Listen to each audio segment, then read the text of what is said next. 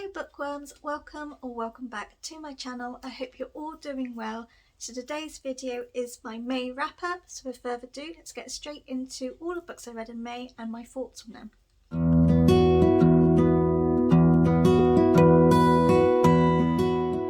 So in May I read 24 books. May was a really good month. It was a really good month in regards to reading. However, did I complete the readathons that I was participating in? Yes and no. I didn't complete Desertathon, and I didn't particularly complete the Royal Readathon, which was like couples edition. I nearly did, but I kind of went off kilter and ended up just reading what I wanted to read. However, I did complete the 72-hour smut readathon. I just did it at a different day because the days that it was on I couldn't do because I was busy. And I also completed the Patreon readathon that Cassidy had done. I completed that as well. So 2 I didn't complete, but the other 2 I did. To be fair, regardless of that, I'm just quite happy with all the books I read. I had a good reading month in regards to a lot of 5 stars. But yeah, let's just get straight into the video and quickly go through all of the books. So first up, 3 stars on my Kindle was Bossing Up My Bodyguard by L.A. Pepper. Now I read this for one of the prompts in the 72-hour readathon at Smut one because I did a dark romance wheel, so it was a bodyguard prompt. So I chose this because I already had it on my Kindle. I don't know whether it was because it wasn't, in my opinion, a dark romance. Like, it wasn't at all dark romance. It was more what I would say a contemporary romance rather than like a dark smutty one. Like, there was smut in it, so I can at least count it. But compared to the dark romances I read before that particular book, this was just extremely soft. And because of what I read before reading Bossing Up My Bodyguard, I wasn't enjoying it. I think if I hadn't read any dark romance, if I hadn't read any of like the really like dark taboo stuff and all of the smut that was in it, I probably would have really enjoyed this book. But because before I even started this I had read 2 that were like dark romance, I think this was just like, ugh, this is nothing. Also, I didn't really bond with the main character. She was very spoilt. I felt she was very selfish and it was all about her, and I just wasn't really bothered by her. I was just like, I'm not really keen on you. I did like the bodyguard character, like the love interest. I really did like him. I thought he was really sweet. I was just very much like, to be honest, mate, you deserve tons better, but whatever. Then going on to Bookwise, The Love Hypothesis by Ali Hazelwood. Now, this is a beloved book to pretty much everyone on BookTube, on Bookstagram, TikTok. I am not saying I didn't enjoy this book. I did enjoy this book.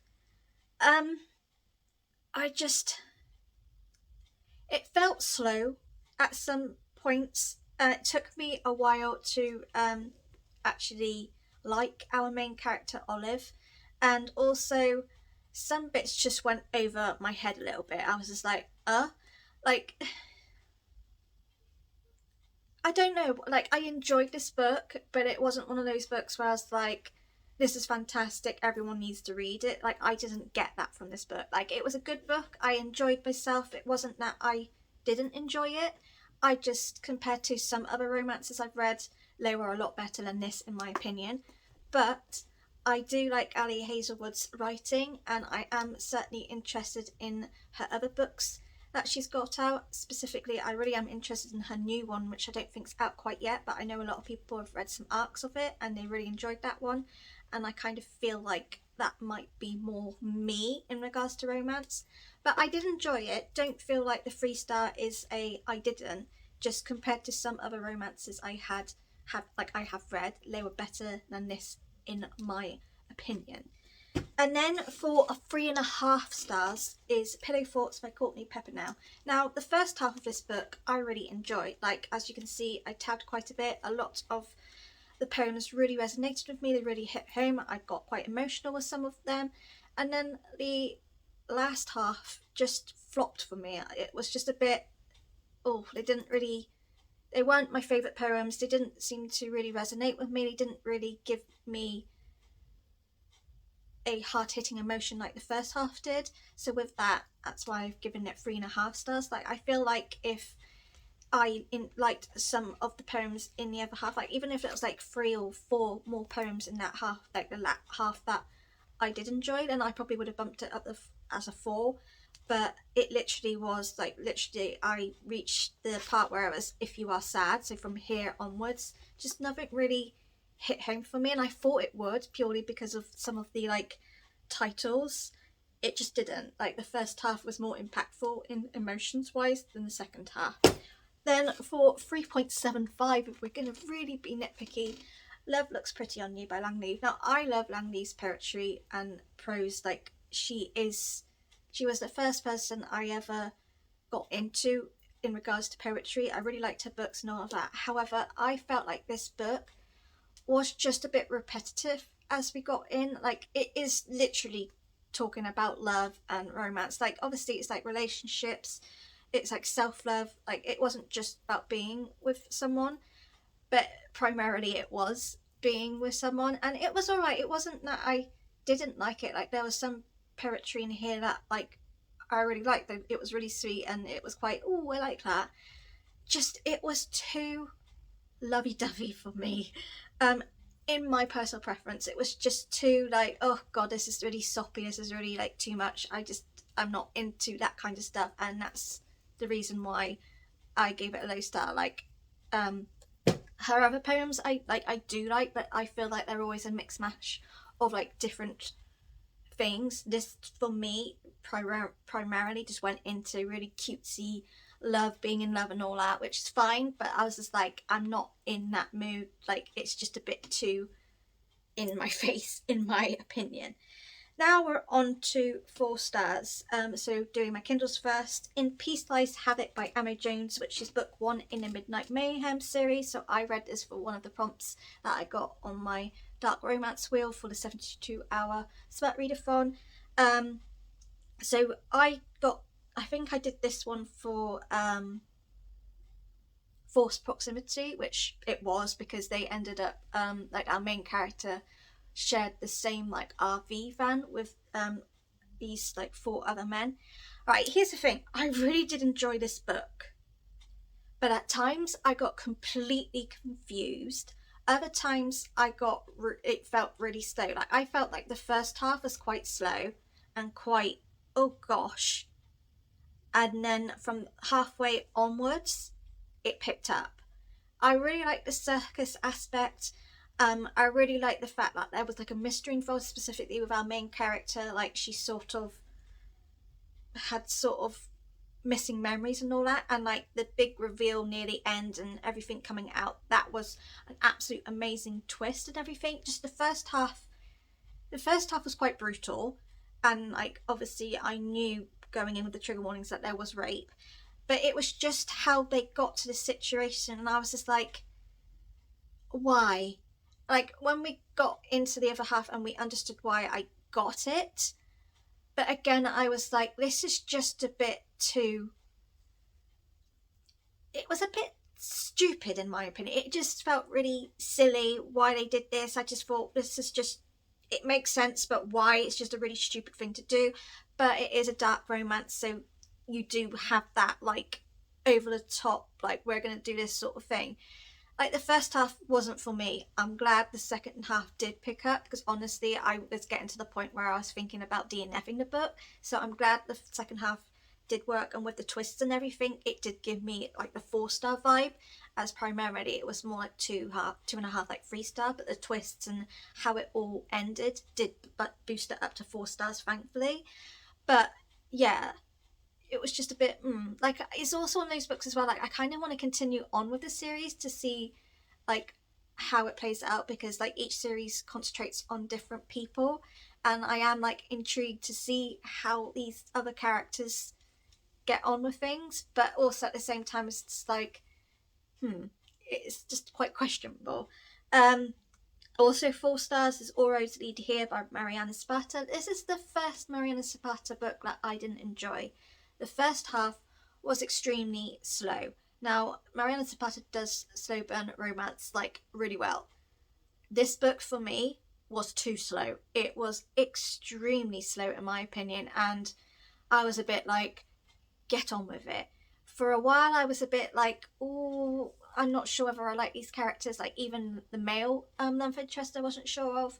Like I really liked the um topics of grief and things like that. I really enjoyed that, and I did like the fact that we had this teenager and like the relationship with the teenager. I really loved that.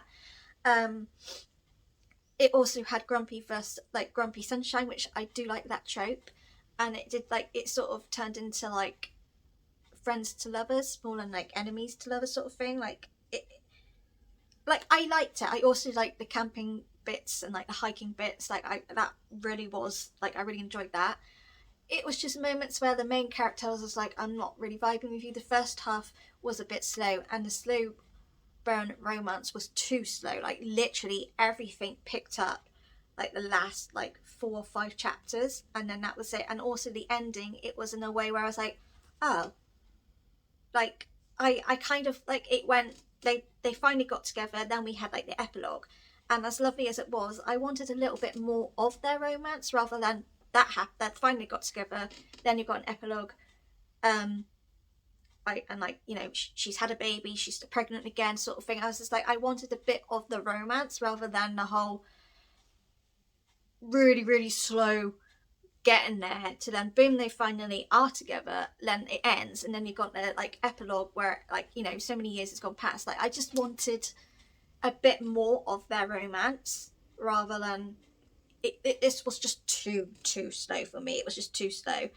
And then book-wise, I read Rebel Skies by Anne C. Lynn, which was part of Tandem Collective's read-along. I really enjoyed this book. It's a bit sci-fi, it's got a bit of fantasy, it's got, like, to me, it's got a bit of urban fantasy, it's also got steampunk sort of vibes with it. I enjoyed it. I felt like the first half, like the first chapter went off with a bang. I was like, yes, this is really good.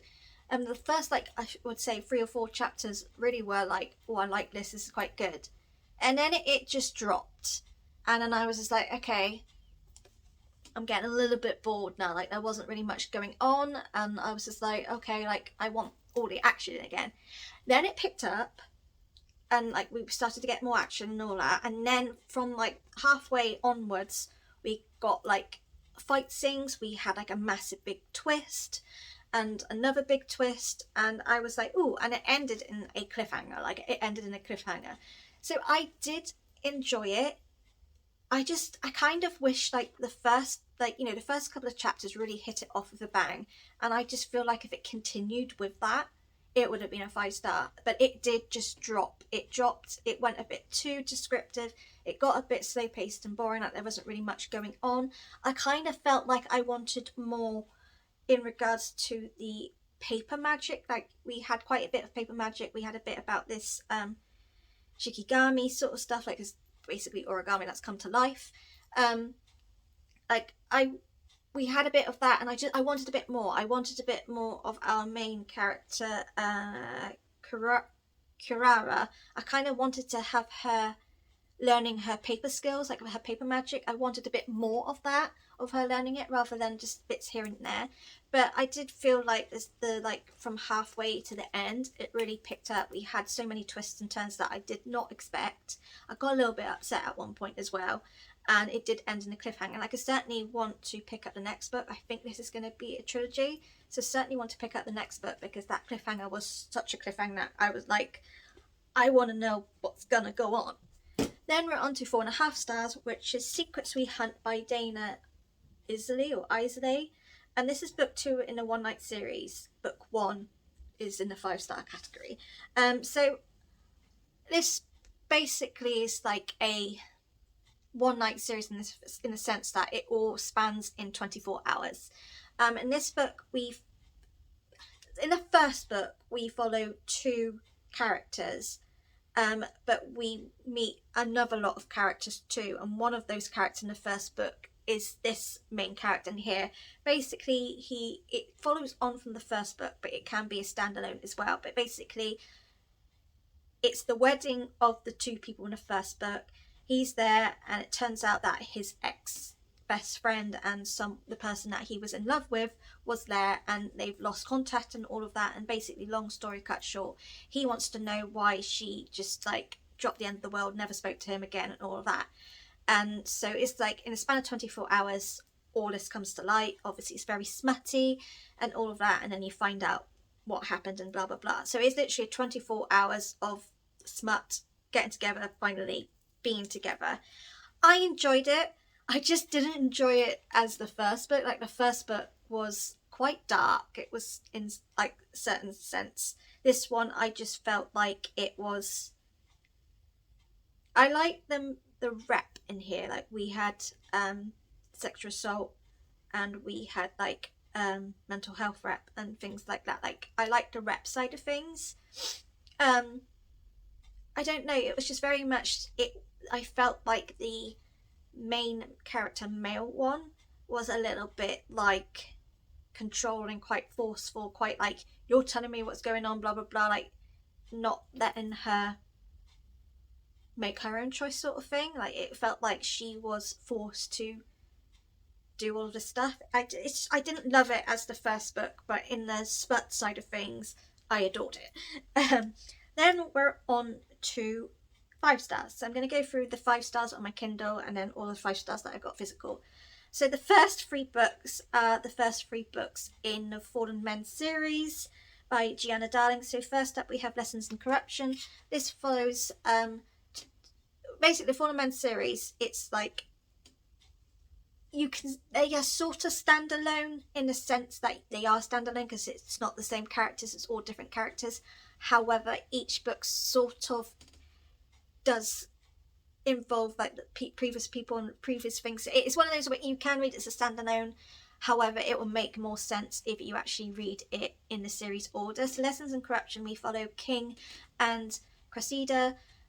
King is the son of the MC president Zeus, and basically he hasn't quite sort of decided whether he's gonna be in the Fallen Men gang or whether he's gonna do his own thing. But basically Cressida's a lot older than him. I don't know, it's not a massive big age gap. I think she's in her late 20s and I think he's just turned 18 or something like that. But basically she was married, she got divorced purely because she saw saw King at this supermarket and just kind of fell in love with him, even though she hadn't spoken to him and all that. She ends up seeing him again, like about, I don't know, a couple of months later or something, at a pub, and they have like a sort of one night moment, and then they sort of meet up, and it turns out that he's actually her student. He knew that she was his teacher, but she didn't know that he was a student. Anyway, turns out that he was a student. She was like, we're not doing this, blah blah blah. Ends up that he has detention with her, so they're very much forced, and basically they can't keep their hands off together. So we have like the teacher student forbidden romance side of things, but it gets a lot more than that. We have like for Cress, you have like a proper like self journey. Like, she learns who she is. She actually, like, she's got quite a dark side of her. Like, she looks like a good girl, but she's got such a dark side of her, especially in her sex life. Like, she very much,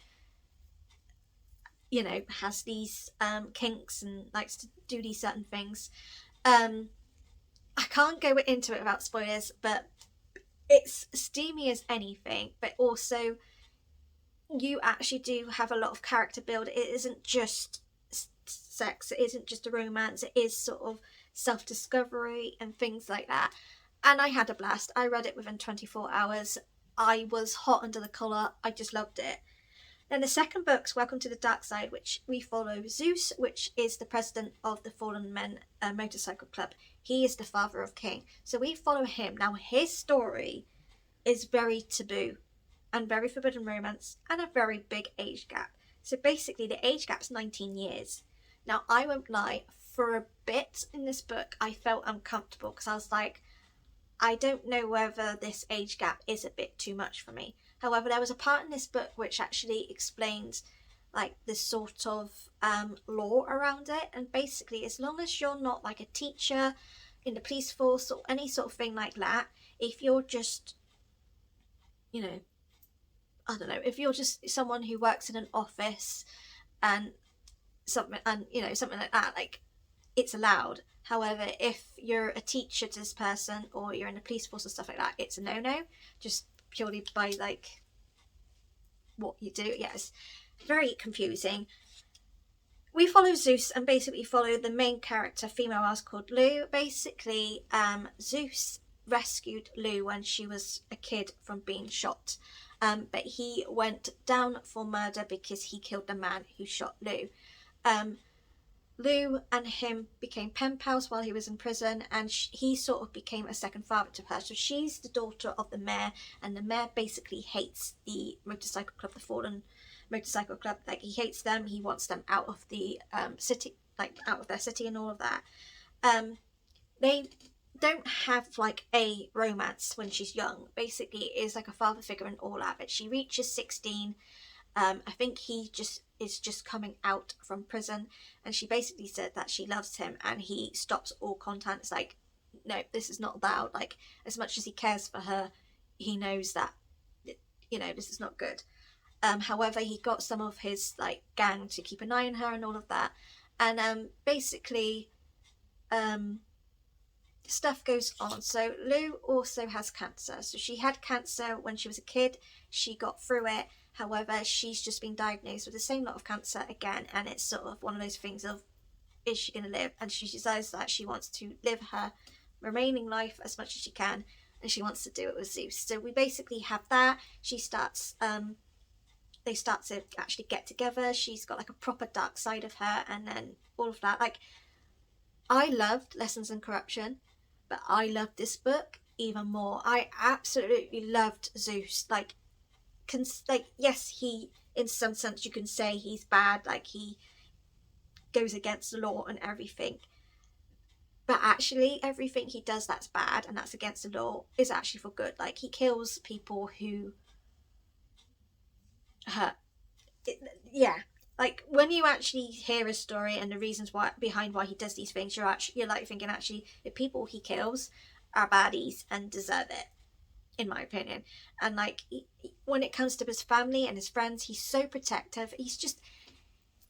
He's a bad man, but he's really good. And watching his and Lou's dynamic, and with Lou and like the cancer rep was done so well. Like, Gianna Darling clearly did her research. She did it so sensitively as well. Like, I got to this, I won't lie, I had to skip to the end of this book because I honestly didn't want to. I wanted to know whether Lou lived or not, because nothing about Zeus and his like old lady, as they're called, there was nothing that in the first book, and I kind of was like, did he have someone he loved but they died and that's why it's not been mentioned? Like, I was just like, oh my god. And then so I skipped to the end just to see, and there was this letter, and honestly I was there thinking, she's dead. Thankfully she isn't, but someone in the Fallen Gang did die, and I absolutely burst into tears. I was heartbroken over that. I loved this book. I loved it more than Lessons in Corruption. And then I went into Good Gone Bad, which then we follow Zeus's other child, his youngest, which is Harley Rose, or we basically call her HR. So we follow her, and this is another age gap forbidden romance sort of thing. So we follow her, and we follow Lionel, who is a police officer. Now, Lionel was mentioned quite a bit in the first two books, but specifically in the second book, he was an enemy to Zeus, but they ended up sort of becoming kind of like friends in a way, because Lionel helped Zeus with something. We also found out in the second book that Lionel had a big part in King's and HR's upbringing, and we didn't know exactly how, but in this book, Good Gone Bad, we did. We found out the reason behind and all that, and basically HR and Lionel, they both liked each other, but obviously he was in the law enforcement, she obviously was 16 at the time, or just getting to 16, and like, you know, they were enemies and all that. It just didn't happen. He stayed away and all that. But basically, HR, she ends up killing her boyfriend, who is in like an opposed motorcycle gang that isn't a nice motorcycle gang, basically. He basically tries to rape her. He has been abusing her for like the past year and a bit, and so she ends up killing him by accident, like literally was a protect herself but thing. So she calls Lionel, and obviously he helps her out in the situation. Turns out that Lionel's actually undercover in this motorcycle club that she sort of isn't involved in at the moment, not the actual Fallen Men thing. She decides that she wants to be an informant with the police. She helps to bring down this motorcycle club because basically they threatened her stepmom, who's also a best friend, which is Lou, Zeus's thing. They're threatening to like kill her and her twins and also hurt the gang and all that. I thought the second book was brilliant, but this book was even better because we actually had one of the bike gangs go undercover with the police, taking down actually a motorcycle club that I feel is worse than any of the other ones. Lion and HR, their dynamic was brilliant, and I absolutely loved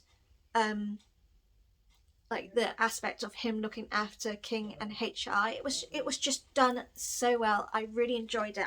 I feel like the Fallen Men series books, I feel as you get going into the series, each book's going to get better than the previous one. I just have a feeling that's going to happen, and it's definitely a series that I want to continue on reading, and I definitely want to read some of her other work as well. Then we're on to Games We Play by Dinah Isley, which is book 1 in the One Night series. This literally basically is set in a room.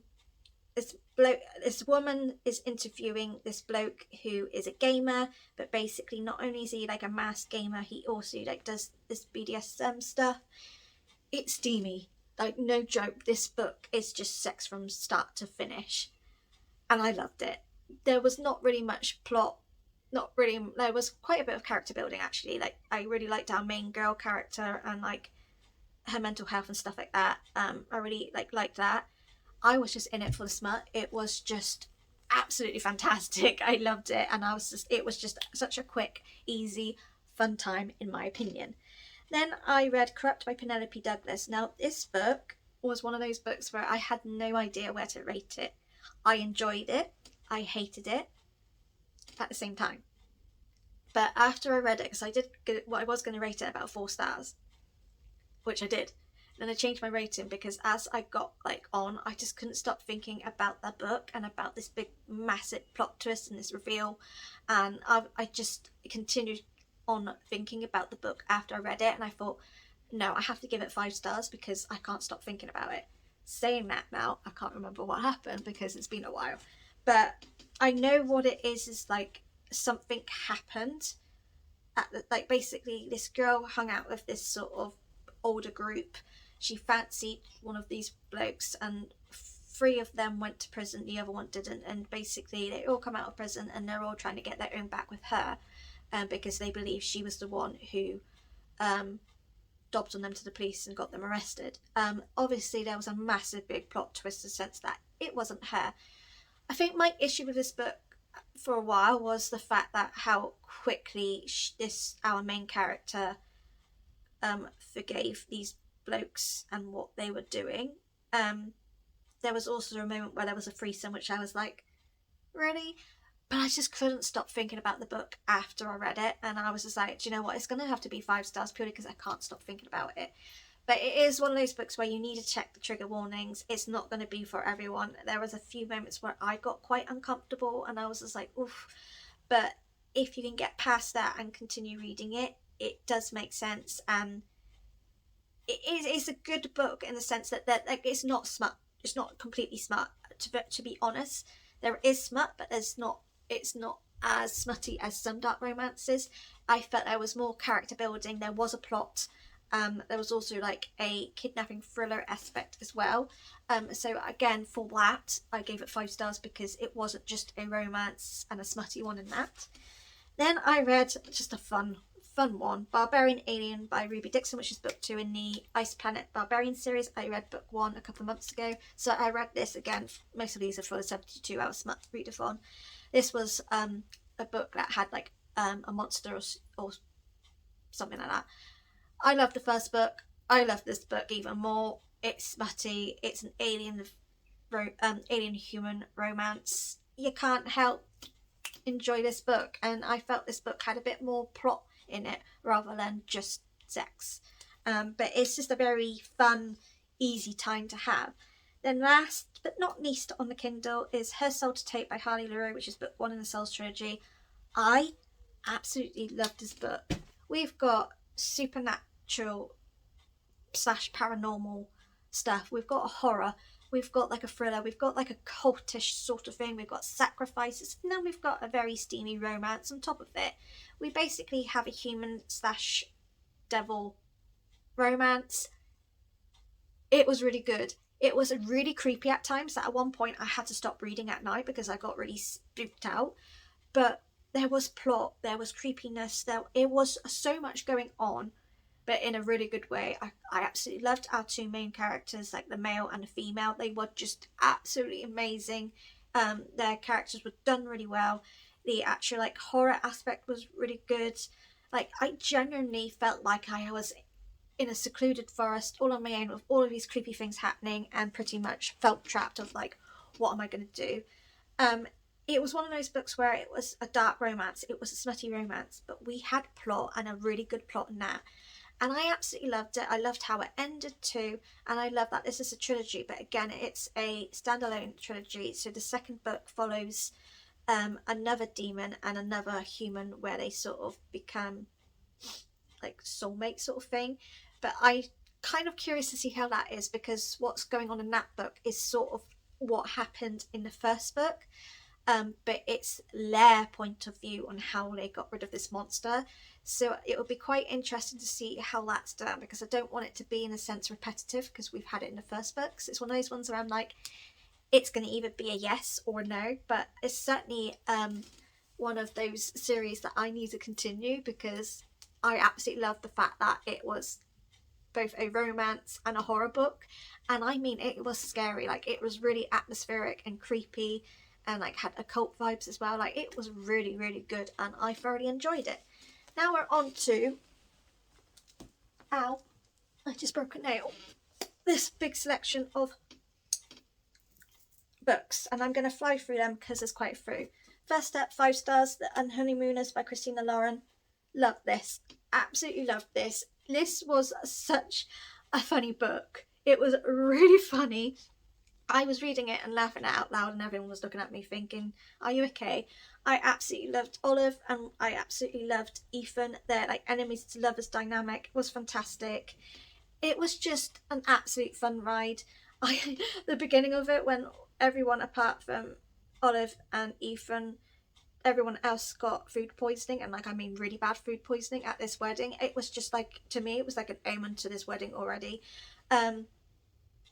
It was such fun. It was a really good summary vibe book as well. I absolutely loved the fact that Olive and Ethan actually hated each other, yet when they were on this honeymoon, like it was sort of like they couldn't help want to hang around with each other. And then when the romance bloomed, like it wasn't done in a sense, like it wasn't a slow burn romance, but it was done in a way like you actually started seeing the characters fall in love like slowly, and both of them not realizing it. And then it was just a really good, fluffy, fun read that just made me laugh non-stop. Then I read Myra and Marcus at the End of the World by Kevin Christopher Snipes. This is an arc, I think it's already out now. Had a fab time with this. It's a male romance. We've got like an end of the world. Like, I wondered whether it was an end of the world, but it wasn't. It was purely like we had like a hurricane, meteor showers, things like that. It was just like moments that were happening that just happened to happen because the world was like, Mother Nature was just having a moment. I loved the sort of like, it was a romance, but it was also examining like, you know, someone who was really, really religious and someone who wasn't, and how, you know, in religion wise, being gay is like a no-no.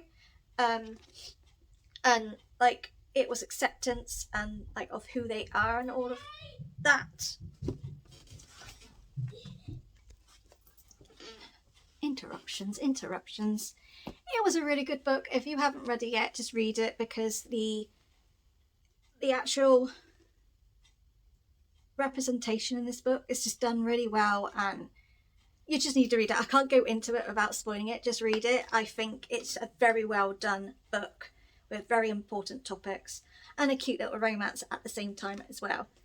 Then Sea of Strangers by Langleaf. I absolutely love this. Like, every single poem in here was really sweet. It is like a sort of, there were like love poems in here, but it was also, like it says here, if they were meant to be in your life, nothing could ever make them leave. If they weren't, nothing in the world could make them stay. One of that was in one of these bits here, and it really, really resonated with me. There was some love poems in there, but there was also like, you know, just like people that come in your lives that like made a change in your life, but they're not with you anymore, and all of that. Like, so how strangers can make a big impact to you than like someone who you've been friends with for like a long time. It was just a lot of the poems in here really, really like helped. There was like this one, moving on, leave him, let him go, don't be the crazy ex-girlfriend or the shoulder to cry on. You're more than just an ego boost. The story can tell someone he's trying to impress. Just walk away with your head held high and don't give him another second of time. I know you love him so much that every step is killing you, but this is the moment you always look back on as the day you put yourself first. Go and make something beautiful of your life, and I promise you one day you'll forget he was ever there. That just really resonated for me because it made me have some feels about the next boyfriend that pretty much ruined my life.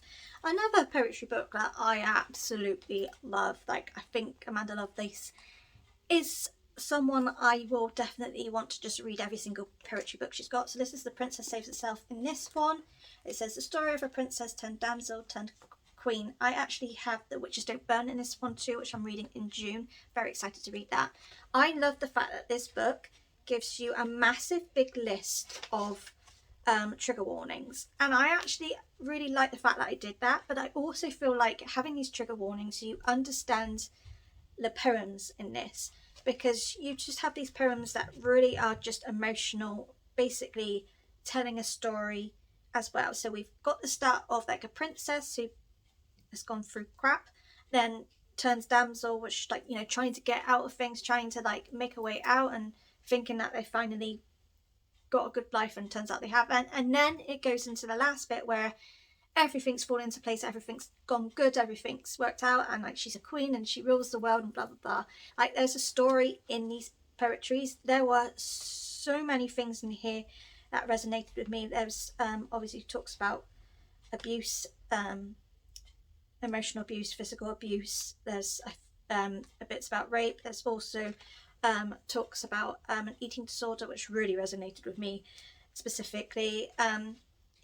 It was just, it's emotional, it's very impactful, and it also tells a story, and it's sort of, you've watched this person grow from all of this crap to then finally getting where they are in a good place. I just really, really, really enjoyed this. I felt it was beautiful, emotional, very impactful, and a really good way to represent some of these like really hard topics in here too. Really like Amanda Lovelace, certainly want to read more of her poetry. Quickly, because it's a J.K. Rowling book, but I did read The Prisoner of Azkaban, Harry Potter. It's a reread. I loved it. The House in the Cerulean Sea by T.J. Klune. Absolutely love this book. I get the hype. I can't believe I put this book off for a year because I was so worried that I wasn't going to get the hype. Oh, I get the hype. This was beautiful. Absolutely love this. I loved all of our characters, all of the children. I couldn't help watching them grow. I got emotional. I got angry. I got really happy. Like, I had so many emotions with this book. Absolutely love it. I'm very much one of these people who are now saying, if you haven't read it, you need to read it. And I certainly want to read more TJ Klune's work. I have got Under the Whispering Door, so I do want to get to that book very soon. But so glad I finally read this, because it was chef's kiss. Another book, Only a Monster by Vanessa Len. This is a YA fantasy, like an urban fantasy to do with monsters, but in a different way. This has gotten me back into fantasy, I'm not going to lie. I feel like this book has made me actually feel in a mood to pick up fantasy again, specifically YA fantasy. Absolutely loved this. Read this very fast, like from start to finish. It was really fast paced. It was very interesting. Like there were bits where I was like, do I like this? But actually how it ends and it ends like, I've heard on Goodreads that this is going to be a series. So it ends in the sense that it can open up a series, but it also ends in the way where if it isn't a series, it ends in a way where it's like, you know, it's not like a major cliffhanger. Like, it ends in the sense like, if that's it, that's it. But it also ends in a way where it can open up more books. I hope it is actually true that this is going to be a series, because I think it's going to be fantastic. But absolutely loved this book. I don't want to go into too much about this book purely because spoilers, but basically we follow, I've forgotten her name, Joan, who turns out, she finds out that she's half human, half monster. The person that she fancies and went on a date with is actually a monster killer, and he actually, basically, this is part of the book, it's not a spoiler, but he kills her family. And she ends up working alongside another monster, and basically both their families are actually rivals. They hate each other, but they end up working together because they're the only two that are alive. And basically they are trying, well, Aaron basically is trying to like move on, get on with his life, whereas Joan wants to go back in time and warn her family so they live. It turns out that Joan's also got a power on top of like her monster power. So these monsters, like, their power is basically they can time travel, but to time travel they have to take some time off humans. So that's the monster part of them. It's not really nastily monsters in my opinion, but Joan also has this very rare power where she can actually completely unravel time, sort of thing. Yeah, like the character's journey was brilliant. It ends in the sense like, it ends in such a way where I'm like, oh, it was really good. I absolutely love Joan. I am, there's like a little love triangle here, but I'm very much shipping for Joan and Aaron, and I'm hoping if this is a series that we will get to see a bit more of Joan and Aaron, hopefully. I really enjoyed this book. It ended in a way where I was like, ooh. Yeah, if you haven't read this, definitely read it because it's a very good book. I read 56 Days, Not On My TBR. I ended up putting this on Cassidy's Patreon TBR. Love this. Absolutely love this. Love the concept. So basically it's set in COVID-19. So the author herself actually wrote this in 2020 when we were all in lockdown. And she pretty much is one of the authors that I have seen who actually decided to write a book about COVID. Basically it's COVID-19. It's the first lockdown. And basically we follow Sierra and Oliver. They both meet in a supermarket. They sort of start a relationship, and Oliver basically asks Sierra to move in with them because there's a lockdown and they're basically not allowed to see each other, so she ends up moving in with him. And then basically 35 days ago they move in together, and then today, which is whatever date that is, there's a body in the apartment, and the body is Oliver, and it's basically why. It's also like a little mystery going on because Oliver isn't who he says he is. It also turns around that Sierra isn't who she is, and like it's this other like little plot story going on. You are left guessing until right at the end. There were moments where I sort of thought I got it, and for a while I thought I was correct, and then right near the end I was like, ah, I was wrong. But I'm so glad I was wrong, because I think if I was right and guessed it such an early on, it would have been a 4-star, but I was completely wrong. If you haven't read this book, read it, because it's just a really good thriller with a good representation in regards to things going on. I won't give it away. I have done a vlog. Did I do a vlog of this? I can't remember. If I did do a vlog of this, I'll tag it below to see my thoughts. I can't remember whether I did now.